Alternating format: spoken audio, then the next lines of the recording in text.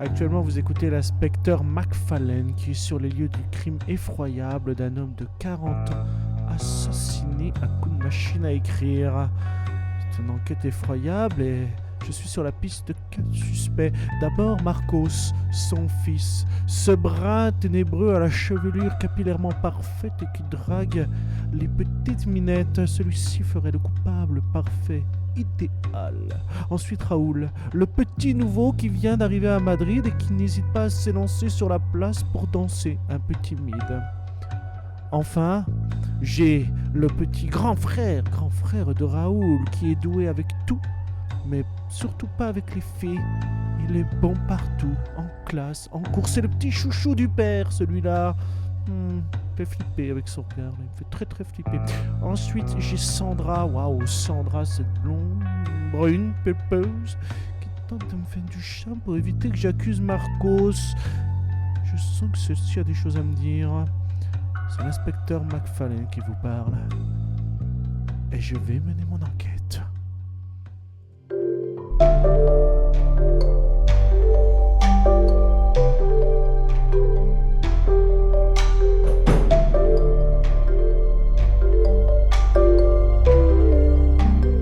Et salut YouTube, bienvenue dans le 3e épisode de quoi ça parle, consacré à l'âge de la colère. Non, je ne suis pas l'inspecteur McFallen, mais je vais mener l'enquête avec toi pour savoir si tu dois ou pas regarder cette série. Tout d'abord, c'est une série espagnole qui est sortie en 4 épisodes, qui est sortie, je crois, le 27 février 2022. Actuellement, elle est disponible gratuitement sur la plateforme France TV / qui remplace, je crois, Salto. Voilà, bon, bref. Si vous ne connaissiez pas, vous pouvez télécharger évidemment l'application sur Apple TV, sur votre ordinateur, votre tablette, etc. Chrome TV aussi, je suppose. La série est plutôt courte. Elle fait 4 épisodes. J'ai assimilé ça du coup à un grand film en fait, en 2 parties finalement, car chacun des épisodes fait 50 minutes. Au niveau du casting, on a pas une grosse star, mais quelqu'un qui est assez connu, Manu Rios, voilà, qui joue le rôle de Marcos et qu'on a repéré dans Elite lorsqu'il joue le rôle de Patrick. On va avoir Sandra jouée du coup par Amaya Aberasturi, je ne sais pas si je le prononce très bien. On aura Raoul joué par Daniel Ibanez et enfin Carlos Alcaïde qui joue le rôle d'Ignacio. Donc les 4 épisodes sont réalisés par Jesus Rodrigo. Et puis enfin c'est tiré d'un roman du même nom. Voilà. Alors l'idée, c'est d'avoir une approche psychologique à travers des points de vue de 4 personnages suite à un drame familial. Le père de Marcos, du coup, qui est joué par, j'allais l'appeler Patrick. Non, ce n'est pas Patrick. Manu Rios, a été assassiné et l'objectif est de savoir, au terme de la série, de savoir qui l'a assassiné. Si on fait un point de vue déjà juste global, comme ça, sans rentrer trop dans les détails, etc., c'est une série que j'ai moyennement appréciée. Voilà, c'est une série que j'ai moyennement appréciée, principalement à cause de son rythme. Même si elle fait actuellement que 4 épisodes de 50 minutes, je trouve que son rythme est plutôt très lent, très décousu. Elle ne nous absorbe pas tellement finalement, et je trouve que c'est ça le plus gros point noir, au-delà d'une esthétique qui est plutôt classique. Voilà, il n'y a pas de grands plans, il n'y a pas de il n'y a pas de scène extrêmement travaillée. Si on parle juste des décors, des choses comme ça, on est sur des choses extrêmement basiques, une réalisation extrêmement basique. Du coup, le rythme, lui aussi, est plutôt basique. Et finalement, on a tendance un peu à s'ennuyer. Puisqu'en plus de ça, vu qu'on passe sur 4 personnages, il y a des moments où on va revoir d'un épisode à un autre les mêmes scènes. Donc finalement, parfois, il n'y a même pas de plus-value. Voilà. Moi, j'ai trouvé que c'était surtout le problème de rythme. Ensuite, qu'est-ce qu'on va avoir ? Alors, le premier épisode, ça va s'intéresser du coup à Sandra, du coup, qui est le love interest de Marcos, mais aussi de Raoul. Voilà. Donc, les deux sont amoureux ou pas. On ne sait pas trop pour Marcos s'il est amoureux ou pas. En tout cas, il a des sentiments quand même pour elle, voilà. Et elle est attirée, elle, plus par Marcos que par Raoul.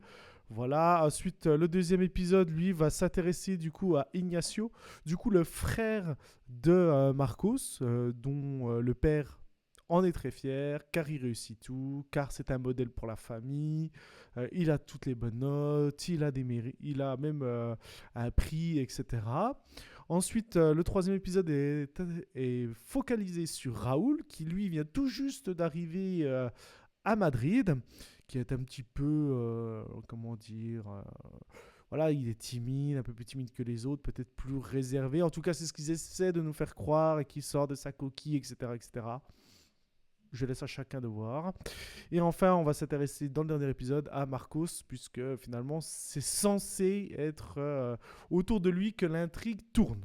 Voilà. Concernant l'intrigue, c'est pas quelque chose que j'ai trouvé fascinant. Après, le roman, il fait que 270 pages, je crois, donc on peut pas non plus étirer ça sur des on peut pas étirer ça sur des comme le Hobbit quoi, sur des heures et des heures et des heures. Non, non, non.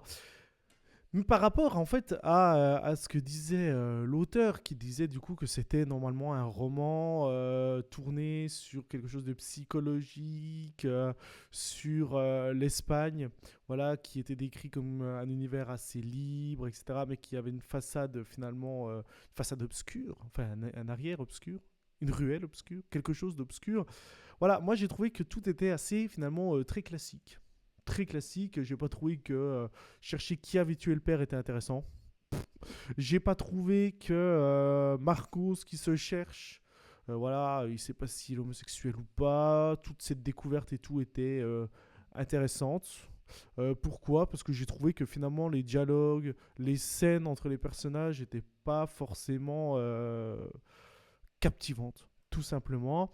En plus, je trouve que lorsque Marcos explore son homosexualité, on retombe encore une fois dans les vieux travers des homosexuels qui se droguent, qui vont dans des lieux malfamés, qui font des... Voilà, dans des backrooms, etc. Je trouve encore une fois qu'on y va au forceps, on dit regardez les gays dans les caves, dans les trucs, dans les machins. C'est un peu dommage, c'est vraiment dommage. Je trouve que ça véhicule voilà, des clichés qui n'aident pas à accepter l'homosexualité. Je trouve, ce n'est que mon avis, encore une fois, mais je trouve qu'on y va encore comme ça. Ensuite, le père. Bon, bah, le père frappe ses enfants, d'autant plus lorsqu'ils vont vivre un drame familial, ce sera encore pire. Le père, en fait, je trouve que tout ce qui est lié, par contre, entre les deux frères et le père était intéressant finalement, même si, voilà, il meurt, le père, parce que c'est l'objectif, hein, ce n'est pas un spoil, je rappelle que ça s'ouvre sur sa mort. Donc voilà, ça aussi c'était très sympa. Ensuite, comment ça se passe? Moi je m'attendais en fait à ce que chacun, on va dire, ait un bout de vérité sur ce qui s'est passé. Finalement, bah non. Finalement, il n'y en a que deux qui connaissent ce qui s'est passé. Voilà, le lien entre les scènes, c'est ça. En fait, il n'y a pas de lien entre les scènes. J'ai l'impression qu'on passe d'une photo à une autre photo à une autre photo. Et c'est encore pire vers la fin. Parce que quand on va s'attaquer à Marcos, ça va être un peu le melting pot de tout ce qu'on a vu avant avec un petit plus, quoi. Enfin, j'ai trouvé que ça manquait de liant, qu'on enchaînait des choses. Oui, voilà, c'est ça que j'avais lu. Voilà, l'auteur, lui, dit qu'il a voulu écrire un roman noir qui accroche le lecteur et qui présente en plus une analyse multiple et complexe d'un sujet qui nous touche tous, l'éducation. Et finalement, là-dedans, eh ben, pas du tout. Moi, j'ai trouvé que dans le livre peut-être, hein, je ne l'ai pas lu, dans la série, bah, je trouve pas. En fait, je trouve même que le corps professoral est même pas mis, ou trop peu en avant, et trop peu présent. Par exemple, la mère de Raoul, elle est CPE, mais finalement, elle intervient un peu dans l'épisode de Raoul et légèrement dans l'épisode de Marcos. On va avoir quand même un professeur, voilà, qui en fait, voilà, ça y va un peu au forceps. Helios Azorin, donc le professeur Alvaro. Alors lui, dès le premier épisode, il annonce qu'il est homosexuel, qu'il a mal vécu tout ça, etc. Voilà, très rapidement. Mais tout ça, je trouve que c'est fait en fait au forceps. Ça manque de... c'est comme si on avait pris une statue et qu'on avait foutu des coups de burin dedans, mais qu'on n'avait pas taillé, en fait, finalement. On n'avait pas polissé derrière, on n'avait pas fait tout ça. Du coup, c'est très brut, c'est très... on balance les trucs. Et puis, après, on met tout ça. Voilà, ça fait une espèce de salade avec plus ou moins les gros morceaux, les petits quarts. Rien n'a d'équilibre. Et c'est ça, en fait, qui manque. Moi, je pensais vraiment qu'on allait avoir ce type de choses. Par exemple, ils nous disent à quoi ressemblent les salles de cours du 21e siècle. Mais tout ça, on le voit finalement. Bon, ok, ils sont dans un lycée parce que ça fait partie des décors, mais on va dire que c'est accessoire plus que ce n'est finalement la substantielle moelle en fait. Il s'agit d'un roman, j'invite au dialogue entre professeurs et élèves, entre parents et enfants, et dans lequel moi, en tant qu'auteur, je ne donne pas de réponse, mais je pose seulement des questions. Mais là, je suis sorti de là-dedans, je n'avais aucune question. Rien ne me remettait en perspective. En fait, comment dire, rien ne pouvait me dire ah, je devrais me poser des questions, ça m'a fait raisonner comme ça, je me suis dit ça, je trouve que ce point de vue est intéressant. Pas du tout. Je n'avais absolument rien. Alors à un moment donné, on nous vend l'idée du trouble, qui est plutôt de plus en plus mis en avant dans des séries de ce type-là, en tout cas. Pourquoi pas? Mais encore une fois, je trouve que d'autres séries le font beaucoup mieux que là. Là, c'était très moyen, tout est en surface, très peu de choses finalement. C'est, c'est extrêmement dommage. C'est extrêmement dommage. Et quel dialogue on pouvait avoir finalement? Quel dialogue on pouvait avoir vis-à-vis de ça? Le père tape ses gosses. Bon, ok. Mais comment nous, on aurait pu s'identifier, sauf si vous êtes un enfant battu ou que vous avez vécu la même chose. Là, oui, vous pouvez vous identifier. Il n'y a pas de débat par rapport à ça. Mais moi, je pense surtout aux gens voilà, qui n'ont pas subi ça, mais qui, par exemple, ont vu ça et n'ont pas agi, par exemple.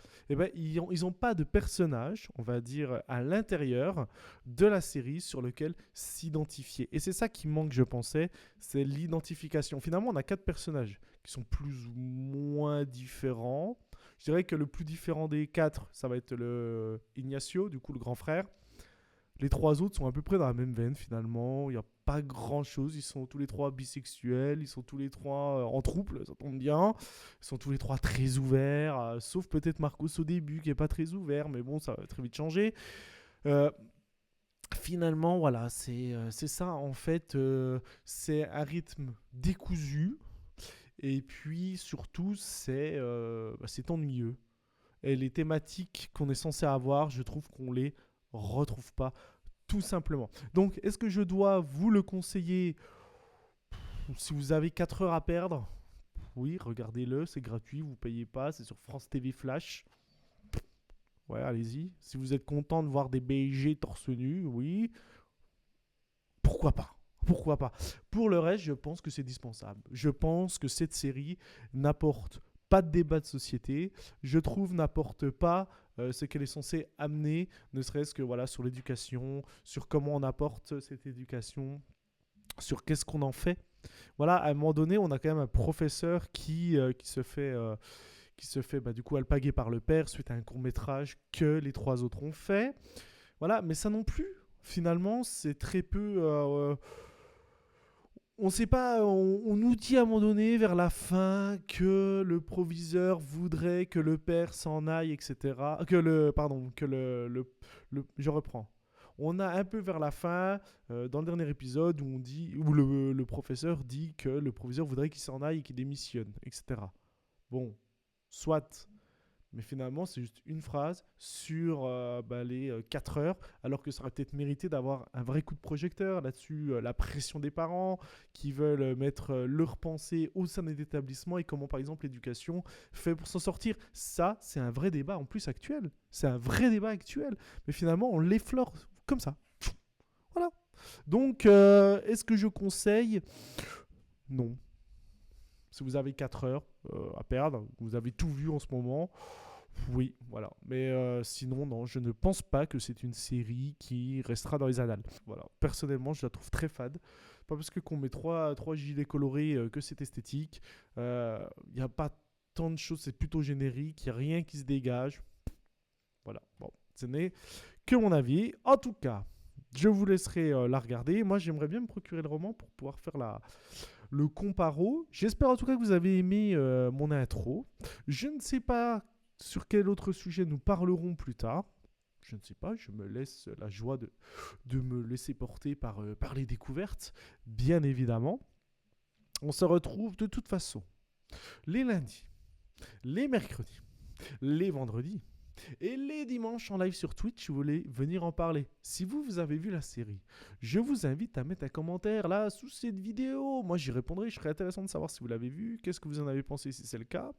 Ensuite, vous pouvez lire tous mes écrits sur Wattpad ou directement aller sur dannygos.com pour voir un peu tout ce que je fais, notamment en termes d'écriture. Voilà. Je vous laisse. Je vous souhaite une très belle journée. De continuer à surfer sur ma chaîne YouTube. Protégez-vous, faites-vous plaisir et aimez-vous les uns les autres. Au revoir.